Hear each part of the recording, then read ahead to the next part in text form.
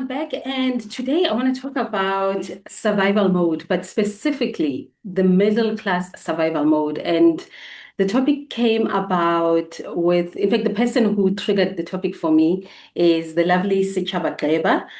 For those who may or may not know, most Sunday afternoons, I have a 10 to 15 minute slot on Radio 2000 with the lovely Sichaba Gleba. So we do a lot of pop psychology, some of the topics that I cover here on the channel, except here on the channel, I go very, very deep.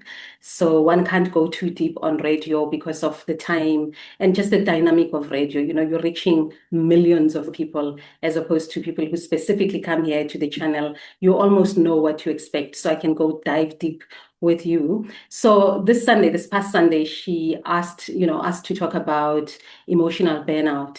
So as I was making the notes, I realized that what ultimately leads us to emotional burnout is being constantly on survival mode. And a lot of people who tend to have visible emotional burnout are people in the middle class category. The middle class category is a very interesting category because you don't think that people in middle class or even higher middle class would not be on survival mode. And I know that that's largely because people don't understand what survival mode actually is. So I'm going to unpack what survival mode is, and I'm going to explain how a person who is in middle class and still in survival mode, who are they? So that you can maybe locate yourself in that. And if you identify yourself as someone who's in middle class but in survival mode, how to get out of it. So perhaps the next video, in fact, not perhaps, the next video is going to be about ways to slowly get yourself out of middle class. One of the ways is obviously to get a coach. It can be me, it can be anybody, but you may need to get a coach because you may have been on survival mode since the days of varsity up until today in your late 40s, late 30s, or even early 20s, you've been operating on survival mode. And it doesn't look like it's survival mode because there's money. And people associate survival mode with some form of poverty. Or if you are on the breadline or you're living in poverty, I can tell you now, I live in a very small town and there's a lot of old money here and there's a lot of poverty. And I'm a people's person. So I talk to anybody. I'll talk to a cashier. I'll talk to a cleaner of the street. I'll talk to the mayor. I'll talk to the people working at the municipality. I'll talk to the store manager of Checkers, who happens to be my friend. I talk to literally anybody. And some of the people who are living well, and I don't want to say in inverted commas because it's really, really well, who are not in survival mode at all, are poor by the standards of the society we're living in. So let's start by unpacking what survival mode really is. Okay, so I'm going to look at my notes and I am going to wear my glasses. Okay, so what is survival mode exactly? So the first thing you want to understand is that survival mode is not in the head. Survival mode is in the body, which means it's where? It's in the nervous system. It's when the nervous system in the body prioritizes surviving and endurance over things like growth, creativity, expansion, and rest, for an example. So it prioritizes being safe, being secure, and enduring. So how does that look like in an everyday life of a middle class person? It might mean that you stay in that company or you stay in that role or you stay in that job, regardless of how unfulfilling it can be, regardless of how you are treated, regardless of how unhealthy it is for you. You are staying because it is paying well. You are paying your bills with that salary and it is keeping you safe right now. So survival mode means that. It means that you don't have the liberty to say, hey, wait again, let me resign here and let me find another job that maybe pays less, but it is fulfilling to my heart. It is expanding to my soul. It is what I've always wanted to do. So survival mode stops you from saying, you know what, I can leave this job and take a lesser paying job, but it will free up my time so that I can do dance classes in the evening. I can work on a particular project that's been in my heart for a long time. I can start that side hustle because I've freed up time. So when you're in survival mode is when you are unable to wiggle. There's no wiggle room because you are surviving. You need to pay the bills, you need to pay your bond, you need to pay your car, you need to take the children to school, you need to think about the next thing. And that is survival mode. And that there is nothing really wrong with it. And if you think about it, if you're listening to me now and you think about it, you'll realize just how many people are in survival mode because a lot of people are sort of there.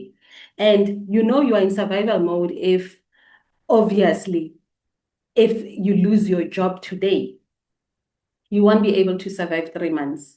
You will not. Even the savings that you have cannot take you to 3, maybe 6 months. So you are constantly worried about that as well. So if you're constantly worried that I might lose what I already have, chances are you are in survival mode. And some people have been in survival mode for years and years and years, and they have normalized it. You think it's the norm. The truth is that it's not normal. The reason we are emotionally burnt out, the reason you have this inexplicable fatigue, the reason no matter how much sleep you do, you are just unable to shake this feeling of heaviness. It is the nervous system in survival mode because that's where you are. Okay. So survival mode by its very nature, like I said, there's nothing wrong with it. It is a mechanism, it is a switch that is meant to help us survive when we are under threat. But it is not meant to lead our lives. We are not meant to live our lives like that.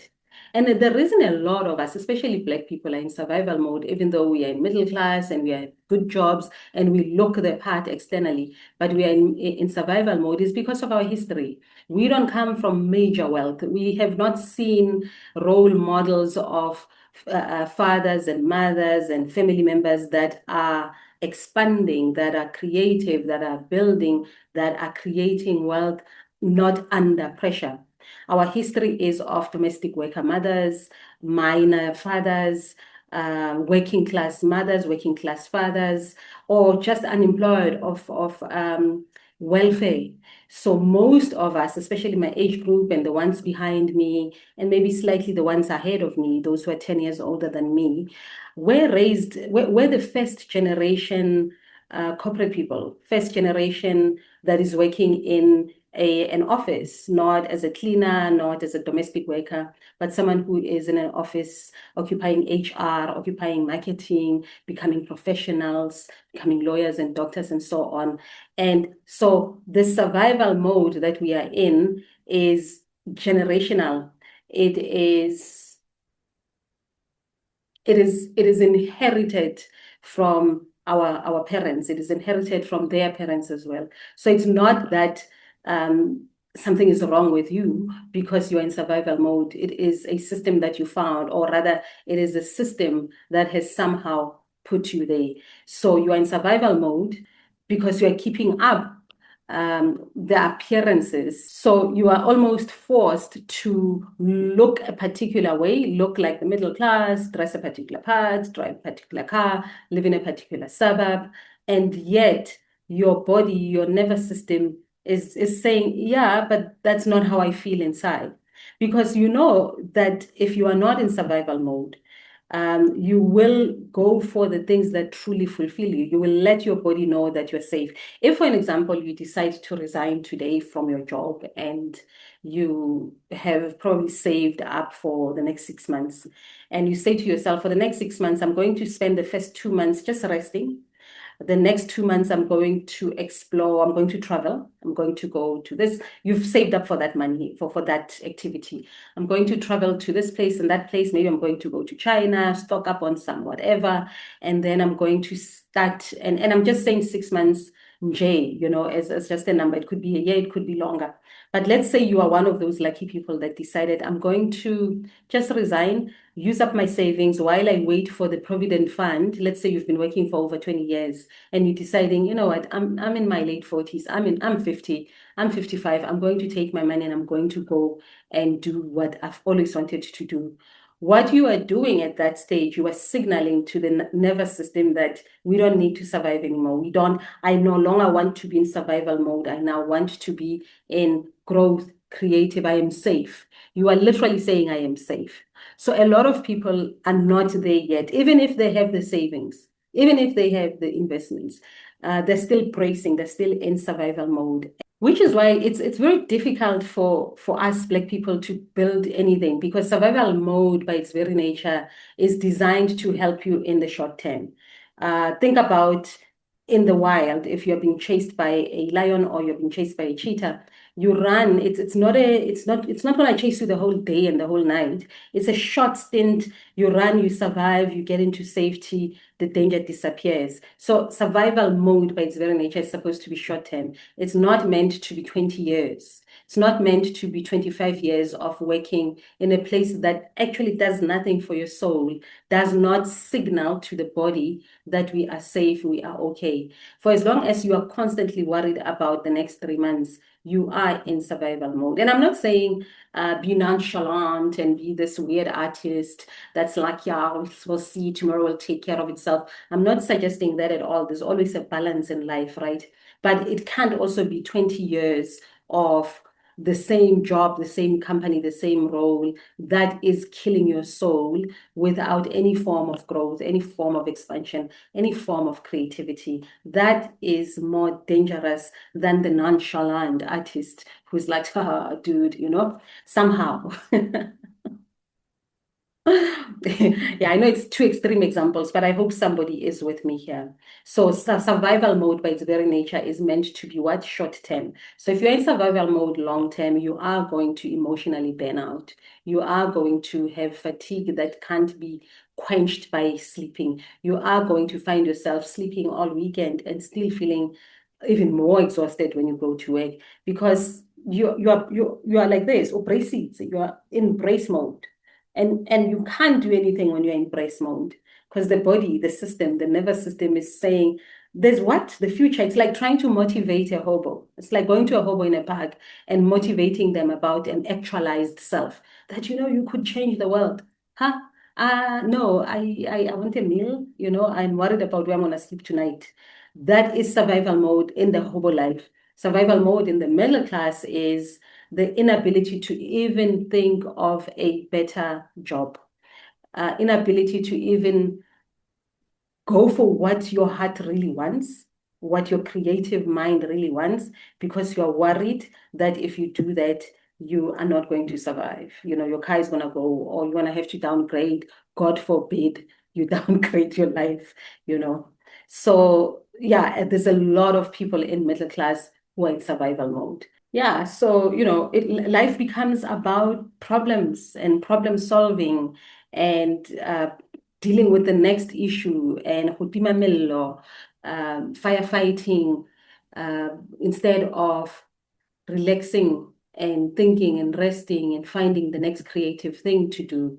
And next week, we'll talk about how to slowly get out of survival mode. That is if you want, that is if you identify yourself as someone who lives in survival mode, who is in middle class. But the purpose of today's video was to just bust this myth that just because you earn well or you live well on the outside, it means you are not in survival mode. And also, some people are they are in middle class, earning well, living well, driving good cars, and they're not in survival mode. So I'm not in any way suggesting that everybody is, but a majority of us are.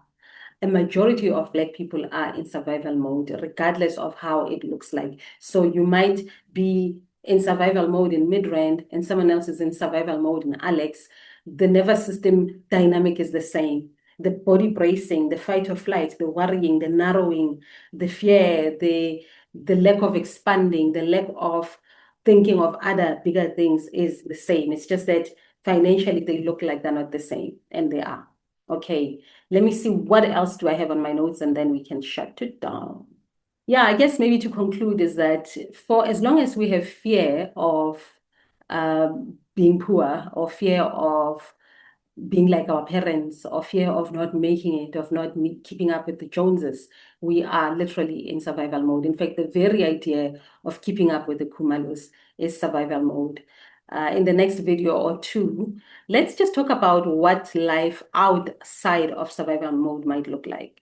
Just a taste of what it looks like, because we have normalized this survival mode, this hustle, this high productivity, this constant exhaustion, such that we have no time for anything else. When you're at home, you can't even rest because you're worried about Monday. You're worried about your job, especially in these times where retrenchments are high, unemployment is high, AI is encroaching.